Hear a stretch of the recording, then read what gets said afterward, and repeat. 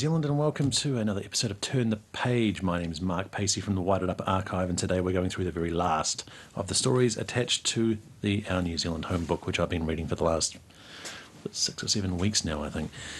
So we'll get straight into it. We haven't got as much because we took our time last time, and we're going to do the same thing today. So we've got a couple of pieces of music as well. So we're going to start with a long story. I may have read this one in the past. I can't quite remember. I've done so many stories on here now.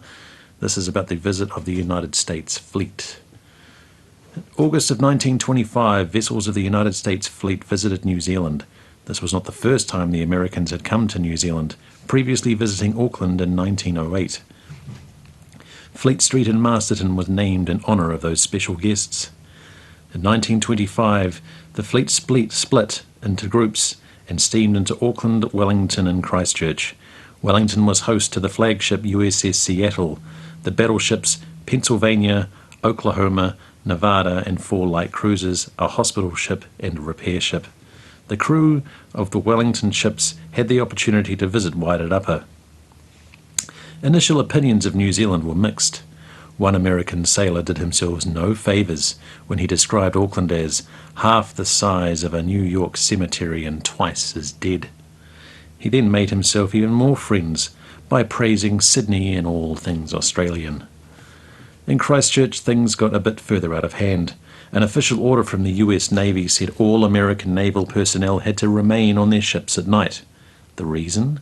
There had been too many incidents of US naval men having fights with the locals. One of the intentions for the Americans' visit was to help form bonds, and brawling in the street did not help that cause. Overall, the numbers of incidents were low, and most of the visitors were happy to be here.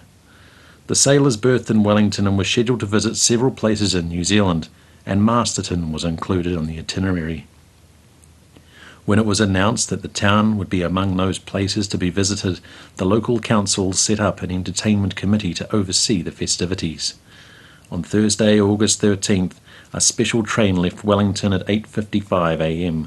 On board were 250 men of the United States Navy.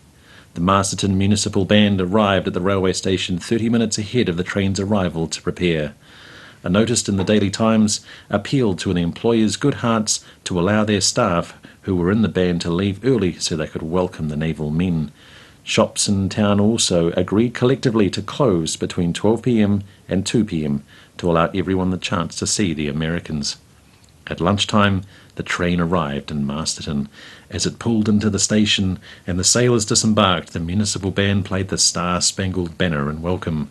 From here, and led by the municipal band, the Navy procession marched to the municipal hall. On the way they passed the citizens of the area, many of whom procured Old Glory and were waving it proudly. Marching into the hall, they sat down to a special lunch while the municipal band continued to play for them.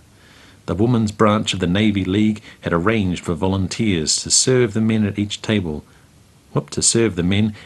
table was decorated with flowers and blossoms. Mayor Thomas Jordan then officially welcomed the men to Masterton. He joked that he had heard the Admiral of the Fleet state that the Americans believed that New Zealand was somewhere near the South Pole, and this is why it had taken so long to visit. America's part in the Great War was also acknowledged in his speech. Jordan stated that he thought America would stand shoulder to shoulder with us in a matter of keeping the peace. Several other speeches followed, and a Māori welcome was also held. After lunch there was a show of pictures at the Opera House. While it was an open invitation with limited seating, it was first in, first served after the sailors wanting to attend had been seated. In the St Matthew's Parish Hall, a dance was organised with an orchestra. Sports games were also held as entertainment for the sailors. They could either watch a game of rugby between Wairarapa High School and the YMCA, or they could take part in an exhibition game of baseball. Unfortunately, the newspapers did not state which game the Americans chose, or the outcome. At 4 p.m, the men returned to the municipal hall for dinner, the menu printed in both English and Māori. After dinner, it was time to say goodbye, and the Americans were escorted to the train station. Locals waved their farewells as the train steamed away and disappeared down the tracks back to Wellington. This was not the last time the Wairarapa public would see the Navy boys. In the days following, a special rail service was set up, runs leaving from Masterton, Carterton and Featherston to Wellington, so people could travel to the capital and see the impressive fleet anchored there. During the stay, the Americans made many friends and enjoyed their time here. A few that were initially critical of our country soon changed their tune after staying a few days. Some of the officers were even able to return to Wairarapa for dances and other activities. On August 25th, the fleet sailed for Honolulu, but before they left, Admiral Kuntz sent a telegram to Mayor Jordan. My dear Mr. Mayor, before we resume our long voyage of return to the United States, I feel I must write and thank you for the wonderful entertainment given to our officers and men when they visited your city. On our former visit to New Zealand, it only lasted a few days, and being anchored in Auckland, our people saw nothing of the country except the few who visited Rotorua. For that reason, we greatly appreciated what the committee who handled the matters did when they provided visits such as this. I'm going to read that again. For that reason, we greatly appreciated what the committee who handled all matters did when they provided visits such as that of some of our people to Masterton. To go outside towns away from the cities gives opportunities for knowing a country better, and when our people are entertained by people of the calibre of your citizens, it gives them an added idea of your dominion's possibilities. 16 years later, in December 1941, the three battleships that visited Wellington were anchored in Pearl Harbor along with several others. On the morning of the 7th, Japanese aircraft attacked the naval base. Pennsylvania was in dry dock at the time and escaped major damage. Oklahoma was sunk, and Nevada was forced to beach after being hit by 1 torpedo and 6 bombs. On those 3 ships, 489 men lost their lives. That event was the beginning of the Pacific War.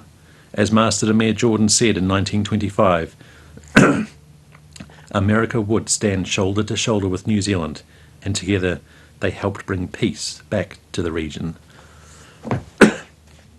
Right, that's it for the longer stories. We've got a few more short ones, so I'm going to play a piece of music. Now, this is a special one. This is a promise I made. This is going out to Michael. This is the Mongolian throat-singing folk metal band that I was talking about. This is The Who, not to be confused with Rod Adultery's The Who. This is the Mongolian Who. They've only been around a few years. They released this album about 2 or 3 years ago. This is Juve Juve Ju.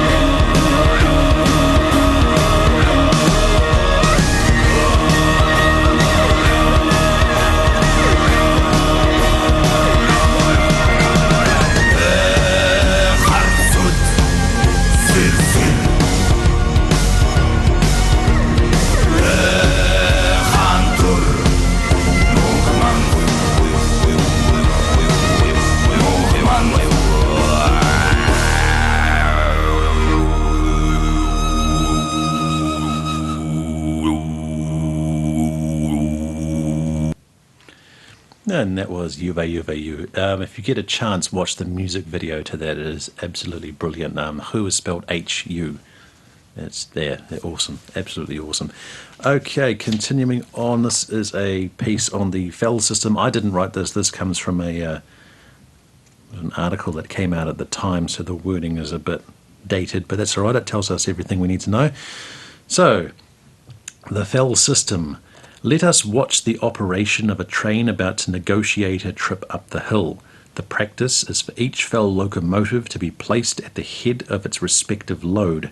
When a train arrives at Cross Creek, the train's engine is detached and the leading fell engine couples and draws its load up the commencement of the centre rail against which the centre engine grip wheels are compressed.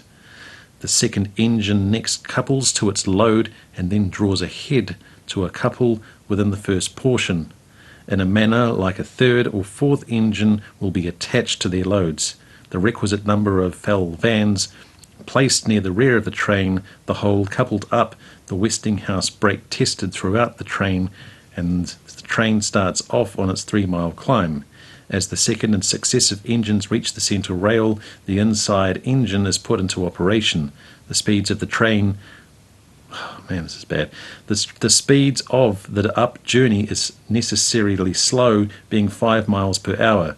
The speed on the downward trip is also, for obvious reasons, curtailed to about 10 miles per hour. Close-fitting doors and windows are provided to all engines to minimise the discomforts of smoke and exhaust steam when passing through tunnels. The carriage lamps are lighted during the same period. At the sound of the gong, at the summit tunnel, the pressure on the gripping wheels is released and the wheels are swung clear and the inside engine ceases operation. After the arrival in the summit yard, the fell engines in the van come off the train, which is then made into one portion and is ready to continue the journey to Wellington. People do not write like that anymore, and for good reason. Right, so moving on, we now have...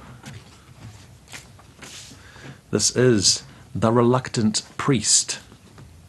So this is a recollection from Wairarapa. Of course, petrol was one of the big things. Furthermore, he had this little baby Austin and he used to chauffeur us around. But he was very limited with his petrol. Of course, he got plenty of mileage out of the old little baby Austin, but it didn't get much petrol either, you see. So we put our heads together and we slipped over to the truck depot and loaded up a 44-gallon drum on a truck and shot it down and tipped it down the Austin. All hell broke loose, as you can imagine. Furthermore, you take that back, you take that back. No, we're all right. He finally succumbed and kept it. He didn't have to worry about petrol for the rest of the war, I don't think. And this one is called Richard White's Hat. Richard White was one of the Marines that camped in Masterton in 1943. He had originally come from Farmington Hills near Detroit before joining the Corps. After being camped in Masterton, Richard, like most of the other Marines, wandered around the town enjoying the sights. There he met a local boy, Peter Fantham, and shortly afterwards was left without his hat. The details are murky as to how this happened, but it was later reported poor Richard had been outwitted by a quick-talking Kiwi youth. Now hatless, Richard went back to camp, probably pondering how he was going to explain to the quartermaster why he needed a new hat, and young Peter went off with his prize. 37 years later, Richard White and his wife were on holiday in New Zealand and thought they would drop by Masterton to see where Richard had camped all those years before. As luck would have it, the quick-talking Kiwi was also still there, and he still had Richard's hat. After 4 decades, the Marine was reunited with his old hat and even posed for a photograph wearing it for the local newspaper, as well as with the replacement he had to acquire. As to whether he managed to reacquire his original hat, the newspaper did not say. And this one is called The Swimming Colonel. The United States Marine Corps had a reputation for being tough, and this was not limited to the lower ranks. The officers, too, were made of stern stuff. After Colonel Pepper left command of the 3rd Defence Battalion, his place was taken by quite a character. He left a feisty lieutenant colonel in charge of the battalion. Semi-taxis was all spit and fire. He led a march that I recall in which we came to a stream crossing. He took off his shoes, tied them round his neck, and walked across neck deep in the water. The men liked that. He would do anything to show his men he was not a paper pusher and not afraid to be in with the troops. It's a recollection by Frederick Seelig, who was here with the battalion. And we've only got one left now. Save the funniest till last. This is called The Missing Motorbike. This is a recollection by Zona Cotta, who was a Masterton resident when the Americans were here. When they had to go away, we got friendly with quite a lot of them, and they had to leave in a big hurry. I think they went back to Guadalcanal, and they gave us a motorbike. No one wanted it, and the motorbike... no one wanted it, and the motorbike, somebody up in Pahiatua said they wanted to buy it, and it wasn't registered. They used to just drive them around unregistered. And anyway, we had this Model A car. It was a bit like Dad turned it into a truck thing. So anyway, the people that were going to buy this motorbike, we decided that somebody would be on the motorbike, and we would have a rope tied to the car, and we would take it up to Pahiatua. I remember we went in the car, and I can't remember who was on the motorbike, but I remember this. Halfway up there somewhere, whoever was on the motorbike tried to call out to us, but we couldn't hear. I remember part of the engine fell out. As we got nearer to Pahiatua, we realised there was no motorbike on the back. So Dad had to turn around and go back, and this motorbike was all in bits at the time, and I think we just gave it to them at the end of it. Days before health and safety. But we've actually managed to finish the whole of our New Zealand home. We've read the whole thing cover to cover. So that's pretty much it for that side of the tour, or the radio shows that I'm doing. Monday we're going to go back to doing, hopefully try and do themed things, couple of stories, couple of bits of music, and of course the wonderfully fantastic puntastic humour will make a comeback as well. Really looking forward to that. So how are we for time anyway? Oh, finishing slightly early as well. If I haven't mentioned it, I'm also starting to do talks at the Masterton Library first Monday of each month. You're more than welcome to come along and check those out as well. I'm going to play a piece of music and then I'll say my goodbyes. This is a somewhat appropriate piece of music given what we've been talking about for the last couple of months. I don't need to tell you what it is, but I will tell you that the United States Army Band is playing.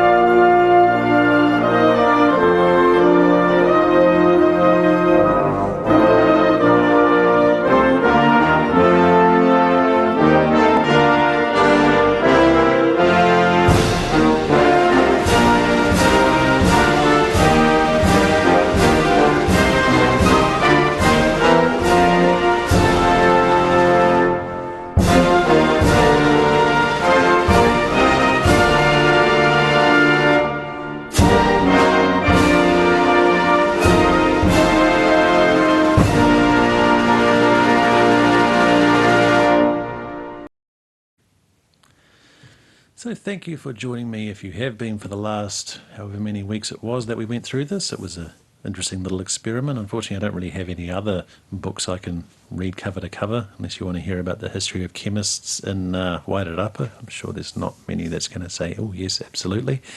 So yes, Monday we will join you again. We'll have some other interesting stories that we can talk about. I'll think of some interesting bits of music and, of course, a wonderfully brilliant joke that we can put in there as well for you. Have a brilliant week, and we will catch up with you next Monday.